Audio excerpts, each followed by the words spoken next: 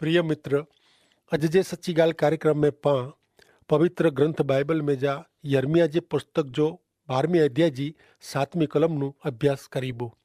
गए कार्यक्रम में पां नेरेवो कि यर्मिया के फरियाद करे तो कि कुलाए अन्यायी बूंदा नकामा माड़ू सुखी थिए था। ईश्वर चेता मुते विश्वास रख, तकड़ न कर, पाप जो कोरो कहणु उ मुझो कम आए ने आऊं उनके नेरी गिंदुस। यर्मिया 12मो अध्याय ने 7 थी 13 कलम पां पहला सुणंदासीं। आऊं मुझो घर छॾियो आहे, आऊं मुझो वारसो छॾी ॾिनो आहे, आऊं मुंहिंजी प्राण प्रिया के दुश्मन जे हथ में सौंपी ॾिनी आहे। मूंखे त मुंहिंजो वारसो अरिड़ो वासी सीं जहिड़ो ठही वियो आहे। उहो पंहिंजो घाटो मूंसां में कढे आहे, तंहिं लाइ आऊं इन जो तिरस्कार कयो आहे। कोरो मुंहिंजो वारसो काबर चित्र वारे पखी जहिड़ो आहे कि जंहिंजी आजू बाजू शिकारी पखी फेरी वरिया आहीं।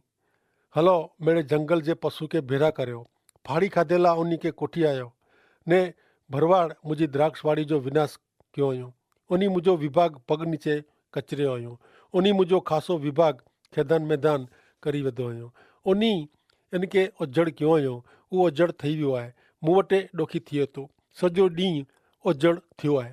एतिरे लाइ क इन जी संभार कोई रखे नथो। रण जी मिड़े ॿोड़ी टेकरियूं नाश करे वारा चढ़ी आया आहिनि। एतिरे लाइ त यहोवा जी तलवार देश के हिकिड़े छेड़े नू ॿिए छेड़े सुधी खाए वञे थी। प्राणी मात्र के शांति न आहे।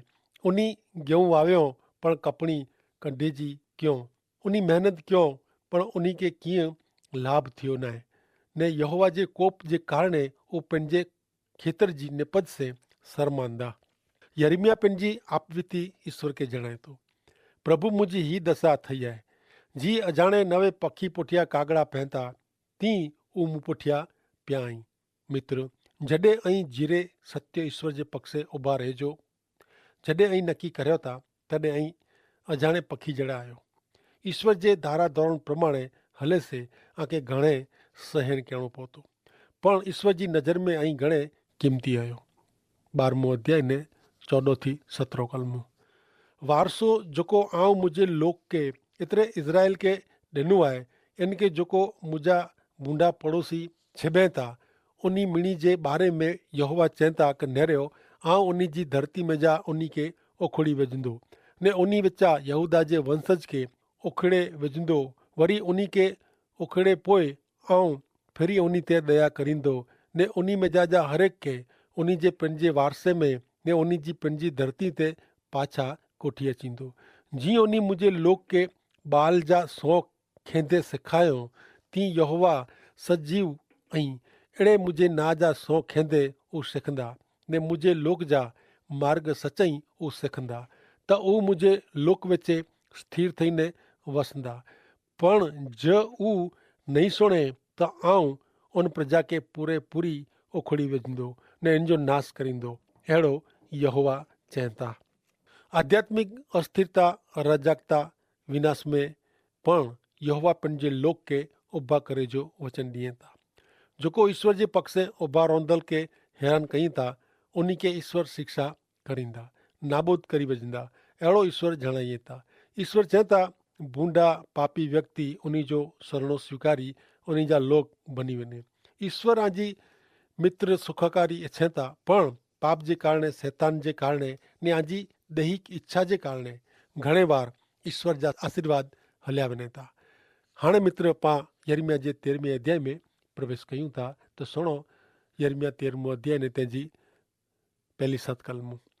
यहोवा देव मूंखे चयो, तूं वञी ने तोला सण जो कमरबंद विकांदो गिन। कमरबंद एतिरे पटो ने इनके तुंहिंजी कमर ते ॿध ने इनके पाणी लॻेला न ॾे। तंहिं लाइ आऊं यहोवा जे वचन प्रमाणे कमरबंद विकांदो गिड़ो ने मुंहिंजी कमर ते ॿधियो। पोइ ॿईयार यहोवा जो वचन मूं वटि आयो क पटो जेको तूं विकांदो गिनी ने तुंहिंजी कमर ते ॿधे आहे, उहो खणी ने उथी ने फ्रात नदी वटि वञ ने हुते डूंगर जी तीराड़ में लिकाए रख। जीअं यहोवा मूंखे आज्ञा ॾिनो हो तीअं आऊं वञी ने फ्रात नदी वटि इनखे लिकाए विधो। घणे ॾींहं विया पोइ यहोवा मूंखे चयो कि तूं उथी ने फ्रात नदी वटि वञ ने पटो जेको हुते लिकाइजी ऐं तोखे आज्ञा ॾिनी हुई उहो होॾां नू खणी गिन। तॾहिं आऊं फ्रात नदी वटि वञी ने खोदियो ने जिन जगह ते आउं पट्टो लिकायो हो उहो होॾां खणी गयो ने नेरियो त उहो पट्टो फेटीने साव नकामो थी वियो हो। ईश्वर यर्मिया खे सण जो पट्टो विकांदो गिनेला ने ईश्वर इनखे जीअं सूचना ॾिनो तीअं करेला उहो वञे थो। यर्मिया जी ईश्वर चए इन प्रमाणे कंहिं ने नेरे त उहो नकामो थी वियो आहे। इन जे प्रमाणे ईश्वर यहूदा जे लोक जी दुर्दशा करींदा। मित्र, पट्टो उहो सेवा जी निशानी आहे। प्रभु यीशु ख्रिस्त लोक अनुसार शुभ संदेश जे 12वें अध्याय जी 35वीं कलम में कमरबंद विषय चयो हुयो। प्रभु यीशु ते विश्वास करींदड़ विश्वासी खे सेवा लाइ तैयार रहिजो आहे। सेवा उहो ईश्वर साथे जी संगत आहे। जो ईश्वर साथे संगत न आहे त फक्त ना जी संगत व्यर्थ आहे। प्रभु यीशु ख्रिस्त ते विश्वास करे से जीवन सुधरी वञे थो। हाणे नेरियूं 13वें अध्याय जी 8 थी 14 कलम। तॾहिं यहोवा जो वचन मूं वटि आयो। यहोवा चए था का इन जे प्रमाणे आउं यहूदिया जो अभिमान ने यरूशलेम जो अति गर्व आउं उतारी वझंदो। दुष्ट लोग जेको मुंहिंजो वचन सुणे जी ना पाड़ीअ था ने पंहिंजे हृदय जी ख़राब इच्छा प्रमाणे हलें था ने अन्य देव देवी जी पूजा भक्ति करेला उन पुठियां विहाई उहे दुष्ट लोग हिन नकामे पट्टे जहिड़ा थींदा। एतिरे लाइ क यहोवा चए था की जीअं पट्टो माण्हू जे कमर खे विगड़े थो तीअं इज़राइल ने यहूदा जे सॼे वंश खे आउं मुंहिंजी कमर ते वड़गाड़ियो जेथी उहे मुंहिंजा लोक मुंहिंजो ना मुंहिंजी प्रशंसा ने मुंहिंजो आभूषण थिए। पण उनी मञियो न। तंहिं तूं उन खे ही वचन चओ बरणी द्राक्षा रस से भरपूर थींदी। तॾहिं उहे उनखे चवंदा क कोरो असीं नथा ॼाणो क हरेक बरणी द्राक्ष रस से भरपूर थींदी। पोइ तूं उन खे चइजे क यहोवा चवनि था क नेरियो हिन देश जे मेड़े रहवासी एतिरे क राजा जेको दाऊद जे राजासन ते वेठल आहिनि उन खे याजक प्रबोधक ने मिड़े यरूशलेम जे रहवासी खे आउं छाकटा करी वझंदो। आउं उन खे हिकिड़े ॿिए साथे विड़ाईंदो। बाप ने छोकिरे खे हिकिड़े ॿिए साथे भुटकाईंदो। अहिड़ो यहोवा चए था आउं उन ते दया क्षमा करींदो न पर उन जो नाश करींदो। ईश्वर कमर पट्टे जो ख़ुलासो ॾींदे ही वचन यर्मिया खे जणाइए था। यहूदिया जा लोग अभिमान कयो ईश्वर जी आज्ञा मञिया नहीं जाणी કરીને ईश्वरનું છીટા वियाई। मित्र, जेको ईश्वरનું છીटो वञे थो इन जो विनाश थिए थो। ईश्वर कमर जे पट्टे वारे जी यहूदा जे लोक खे रखियो हो संभारिया हो। अरे पंहिंजी कमर ते उचकी ॻणो जी मां पंहिंजे नंढे बच्चे खे कोठी ॻणे थी तीअं कोठी ॻणो। पर ही कमर जो पट्टो नकामो थी वियो। पाप श्राप खे आमंत्रण ॾिए थो। मित्र, ईश्वरનું छेटा न रहो। पछतावो करी प्रभु वटि पाछा अचो।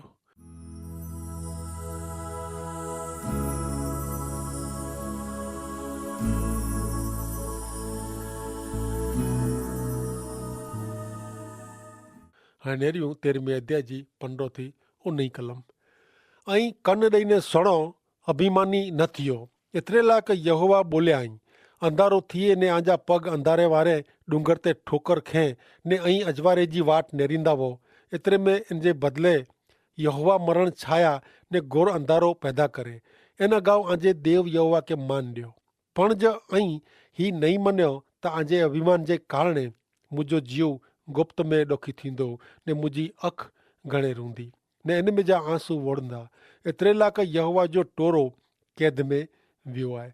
राजा ने राजमाता खे चओ क नम्र थई ने वियो। एतिरे आंजा मथे जा घरेणा एतिरे आंजो शोभा ॾिए थो। मुगट उहो छणी पियो आहे। दक्षिण जा नगर बंदि थिया आहिनि उन खे उगाड़ींदड़ कोई न आहे। यहूदा जे मेड़े लोक के कैद में हा पूरा बंदीवास में कोठी वञे में आया आहिनि।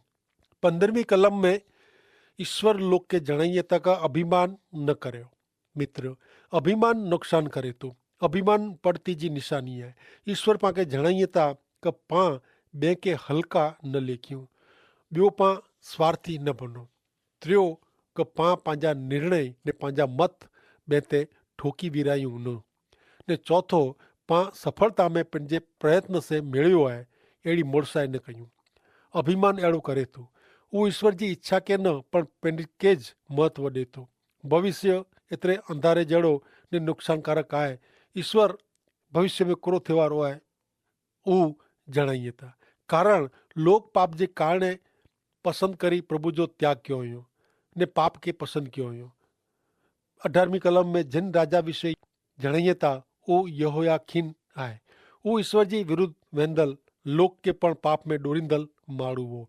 यहोयाखीन राजा जे समय में ज बाबिल जो राजा नबुखाद नेसार यरूशलेम ते चढ़ाई कई ने हिन राजा के गुलाम बनाईने बाबिल में कोठी विया। इन विषय बीजो राजा 24मो अध्याय तेजी पहली 2 ने 19वीं कलम में जणावेल आहे। बाबिल जे आजूबाजू घेरावे विषय जणायो हुयो। जीरे ईश्वर जो त्याग करींदल ने पंहिंजे पाप जो पछतावो न करींदल बिन सलामत बनी वञे थो। मित्र, शैतान पंहिंजे जीवन जो वॾे में वॾो दुश्मन आहे। नेरियूं हाणे 13वें अध्याय जी 20-27 कलम। जेको उत्तर दिशा में जा अचे थो उन्ही खे ऐं आंजी अखियूं उची करीने नेरियो। टोरो जेको तोखे सौंपल हो एतिरे तुंहिंजो खासो रूपारो टोरो किथे आहे, जंहिंखे तूं तुंहिंजा मित्र थेला सिखाए वे ने तो विरुद्ध थींदे सिखाए वे, उन्ही खे तो ते अधिकारी ठहिराईं। तॾहिं तूं कोरो चवंदे सुआवड़ जहिड़ी पीड़ा तोखे थींदी न। जो तूं तुंहिंजे हृदय में पुछे क मुंहिंजी अहिड़ी दशा कुलाए थी आहे त तुंहिंजे घणे अन्याय जे कारणे तुंहिंजा घाघरा ऊचा करे में आया आहीं ने तुंहिंजी पग जी एॾी के ईजा थी आहे। हबसी पंहिंजी चमड़ी क चितो पंहिंजा टपका बदिली सघे खरो त ऐं बूंडो करेला टेवाएला पण भलो करी सघंदा। तंहिंला जीअं भूसो रण में वाहसे उॾी वञे थो तीअं उन्ही खे आऊं विखेरी विझंदो। ही तुंहिंजो भाग ऐं निकी करेलो तुंहिंजो विभाग आहे। एतिरे लाइ क तूं मूंखे भुली वियो आहीं ने तूं असत्य मथे भरोसो रखे आहे। अहिड़ो यहोवा चए था। तंहिंला आऊं पण तुंहिंजे मुंहुं वटि तुंहिंजा घाघरा ऊचा करींदो ने तुंहिंजी लज ॾेखारींदी। रण जे डूंगर मथे तुंहिंजा ख़राब बूंडा कम ने तुंहिंजो खोखारो ने तुंहिंजो व्यभिचार तुंहिंजा धिक्कार पात्र कम ऐं नेरिया आहीं। हे यरूशलेम तोखे हाय हाय, तूं शुद्ध थियला मंगे नथी। तुंहिंजी अहिड़ी दशा अञा क्या सुधी रहंदी। ईश्वर पंहिंजे लोक लाइ कहिड़ी भाषा वापरीए था। उहो शर्मांदा लोक वटि उन जी लज ॾेखारींदी, उन्ही खे लोक धिकारींदा ने शर्माईंदा। अहिड़ो ईश्वर जणाइए था। कुलाए 22वीं कलम में जो जवाबु ॾींदे ईश्वर जणाइए था तुंहिंजे घणे अन्याय जे कारणे पाप कुरो ॾिए थो, शर्म ने बदनामीज ॾिए थो। कोई पण पाप ज़ाहिर में करे नथो, कोई पण पाप जे कारणे शाबाशी मेळवे नथो। पाप माण्हू खे शर्म में विझे थो, दोष जी लागणी में ने पिंड ते तिरस्कार उपजाए थो। 23वीं कलम में चए था कि જ્યાં સુધી ઈશ્વર વ્યક્તિ જો હૃદય પરિવર્તન ન કરે ત્યાં સુધી હું સચ્ચે अर्थ में બદલાજે નથી। ईश्वर चेતવણી ॾिनो क ऐं ग़ुलामी में वेंदा, छतां लोग ध्यानु न ॾिनो। लोग पाप में डुबी विया हुआ, हाणे त उन खे उहो पण सम्झाइजे नथो क उहो पाप करी विया आहिनि।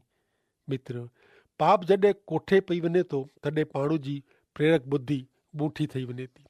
अहिड़ी हालत में पण व्यक्ति जो प्रभु यीशु ख्रिस्त जो शरणो स्वीकारे त ईश्वर अहिड़ी व्यक्ति जो पण स्वीकार कईं था, इनखे नवो जीवन ॾिए था। ईश्वर हृदय जो बदलाण कईं था ने तॾहिं ज व्यक्ति जो जीवन परिवर्तन थिए थो। तंहिं लाइ ईश्वर प्रभु यीशु ख्रिस्त खे जग में हलायो। प्रभु यीशु ख्रिस्त मार्फते पांखे ईश्वर जा तमामु आशीर्वाद मिलनि था।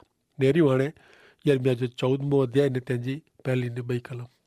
सुकवणी विषय यहोवा जो वचन जेको यिर्मयाह वटि आयो उहो यहूदिया ॾुखी थिए थो ने इन जे वथाण खे ॾुख आहे। ॾुख जा कपिड़ा पहिरीं उहो ज़मीन ते वेठो हुई ने यरूशलेम जो पुकार उचे चढ़ियो आहे। सुकवणी एतिरे ॾुकार उहो ईश्वर जो न्याय चुकादो हो ने हाणे जॾहिं वरसाद पए नथो, पीधे जो पाणी न आहे, ढोर पशु मरे था, अनाज आहे न, बुखमरो पुॼी आयो आहे, तॾहिं लोक ॾोकार जे कारणे रुए था। लोग जेको पंहिंजे पाप जे कारणे रुए नथा, उहो कुदरती होनारत अकस्मात विनाश ताणे रुए था। उन खे पाप जी पई न आहे, उन खे त उन जेको विञायो हुयो इन जी चिंता आहे। मित्र, ईश्वर इच्छे था कि पां आंसू साथे पछतावो कयूं, जेથી संकट आफत में पण ईश्वर जो साथ हाज़िरी पां मेળવી શકો। ईश्वर वगैर जो जीवन निर्जीव आहे।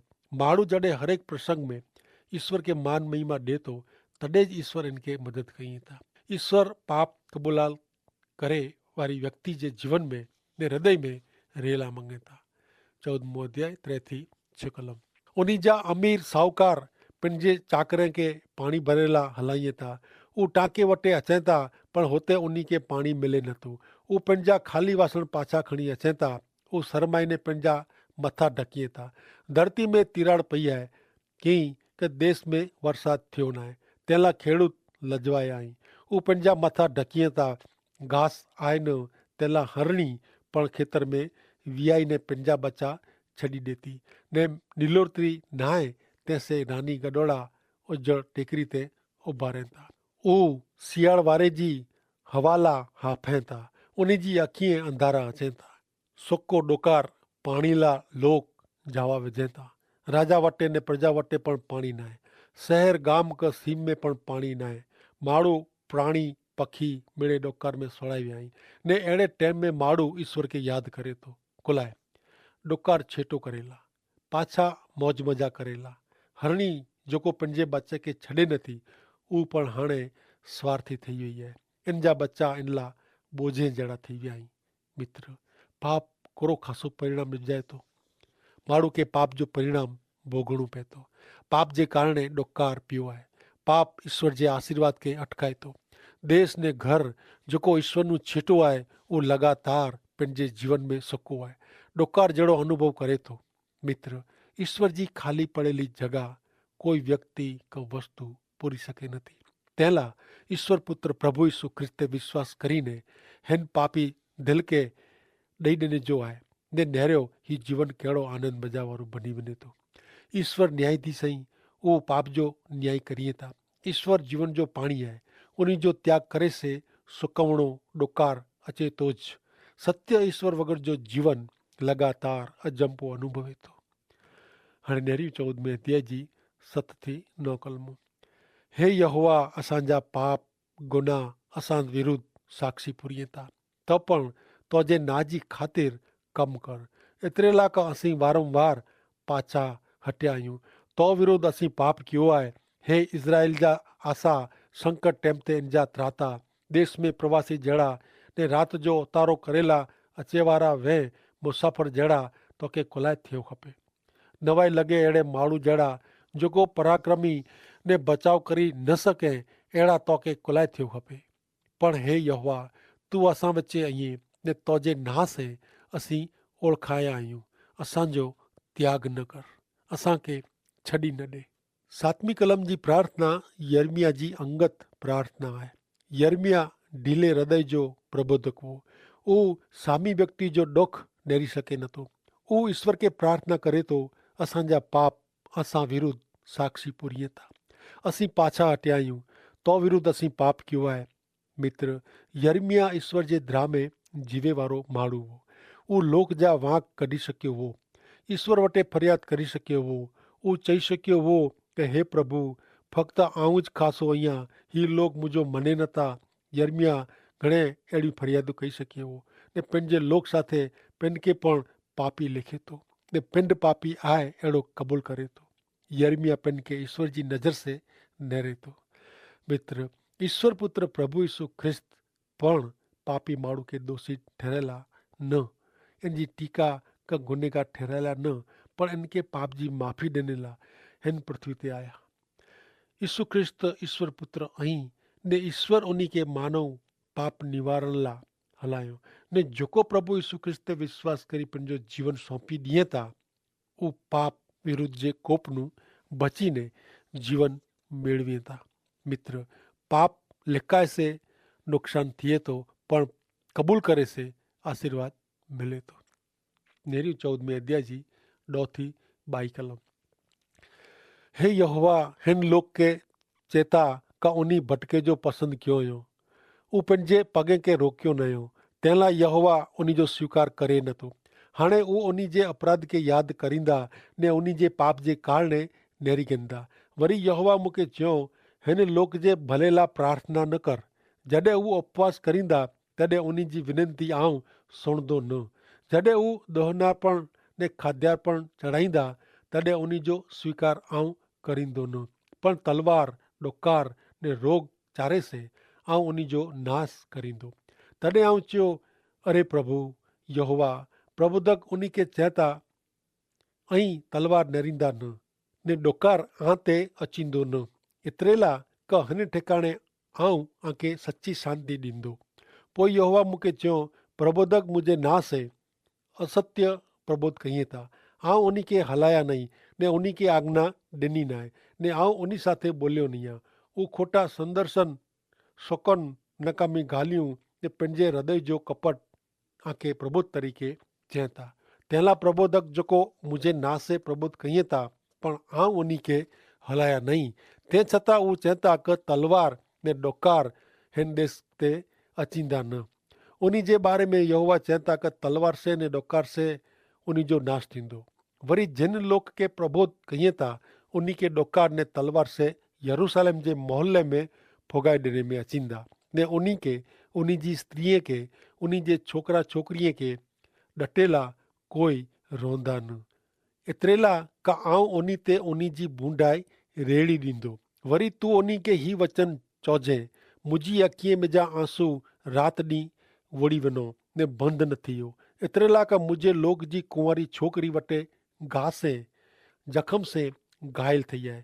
जो आऊं खेतर में ॿाहिरां वञा त हुते तलवार से मरेला ने नगर में डोकार से पीड़ाईंदड़ प्रबोधक ने याजक बॉय अजाणे देश में भटकनि था ने कोरो कहणो इन जी ख़बर पए नथी। कोरो तूं यहूदा जो समूरो त्याग कई आहे। कोरो तुंहिंजो जीव सियोन से कंटाळजी वियो आहे। असांखे रुज वरे न अहिड़ी रीते तूं असांखे कुलाए मारे आहे। असीं शांति जी आशा रखंदा हुआ पण कीअं कल्याण थियो न ने ख़ासा थिए जी टेम जी वाट नरींदा हुआ पण इन जे बदिले त्रास जो थियो। हे यहोवा असीं असांजी बूंडाई असांजे वड़ ॾाॾे जा अपराध क़बूल कयूं था। एतिरे लाइ तो विरुद्ध असीं पाप कयो आहे। तुंहिंजे ना जी ख़ातिर असांजो धिक्कार न कर। तुंहिंजे प्रतापी सिंहासन जो अपमान न कर। असां साथे तुंहिंजे करार खे यादि कर। इन्ही खे तोड़ीजे न। विदेशीअ जी नकामी वस्तु में जी कोई पण वरसाद वरसाए सके नथी अथवा आकाश पाणी ॾेई सके थो। हे यहोवा कोरो तूं असांजो देव नहीं है। इन जे कारणे असीं तुंहिंजी आशा रखबो। एतिरे लाइ तूं ज उहो बेड़े उत्पन्न कई आहे। ईश्वर यर्मिया के लोक जी ख़राब हालत जो कारण जणाइए था। उन्हीं मुनू छेटो रेजो पसंदि कयो। लोग पाप जे कारणे हैरान थिया ने पाप खे पसंदि कयो। तंहिंला तूं हाणे उन लाइ प्रार्थना न कर। डोकार कुदरती आफ़तूं विनाश उहो ईश्वर जो न्याय प्रगट करे थो। व्यक्ति ज्यां सुधी ईश्वर खे पंहिंजो स्वार्पण करे नथो त्यां सुधी इन खे ईश्वर जो आशीर्वाद मिले नथो। 13:18 कलम में ईश्वर यर्मिया के खोटे संदेश वाक विषय जणाइए था। उहो ईश्वर जे नाम में भविष्यवाणी कईं था। मात्र लोक के फसायला पैसो पढ़ायला खासी खासी ॻाल्हियूं कईं था। मित्र ईश्वर पंहिंजी भौतिक ज न पर आध्यात्मिक सुखाकारी अचे था। प्रिय मित्र आंजी मिड़े जात जी सुखाकारी प्रभु यीशु ख्रिस्त में जाए जेको खासो खासो बोले था वो कॾहिं पण सच्चो बोले नथा। 17 ने 18 कलम में यर्मिया जे नरम ढीले हृदय विषय नेरेला मिले थो। उहो लोक जी ख़राब हालत ॾिसी सघे नथो। मित्र अॼु पण प्रभु यीशु ख्रिस्त आला आसो सारीअ था। 19:22 कलम में यर्मिया पंहिंजे लोक लाइ विनंती करे थो। पंहिंजे लोक जा पाप क़बूल करे थो। उहो चए थो ईश्वर असीं आ विरुद्ध पाप कयो आहे। असांजो त्याग न करी जा। पाप कयो आहे तंहिं लाइ असांखे माफ़ करी जा। तंहिं पोइ वरसाद माठे आजीजी करे थो। मिड़े ईश्वर जे हथ में आहे। जॾहिं ईश्वर हुकम कई था तॾहिं वरसाद पए थो। ईश्वर पंहिंजे अधिकार में कुदरत रखियो हुयो। यर्मिया पंहिंजे लोक लाइ विनंती कई थी ऐं पंहिंजे पाप लाइ ईश्वर खे विनंती करींदा तो ईश्वर ज़रूर विनंती सुणंदा ने आंखे मुक्ति ॾींदा। ईश्वर पिता खे आशीष ॾियो। आमीन।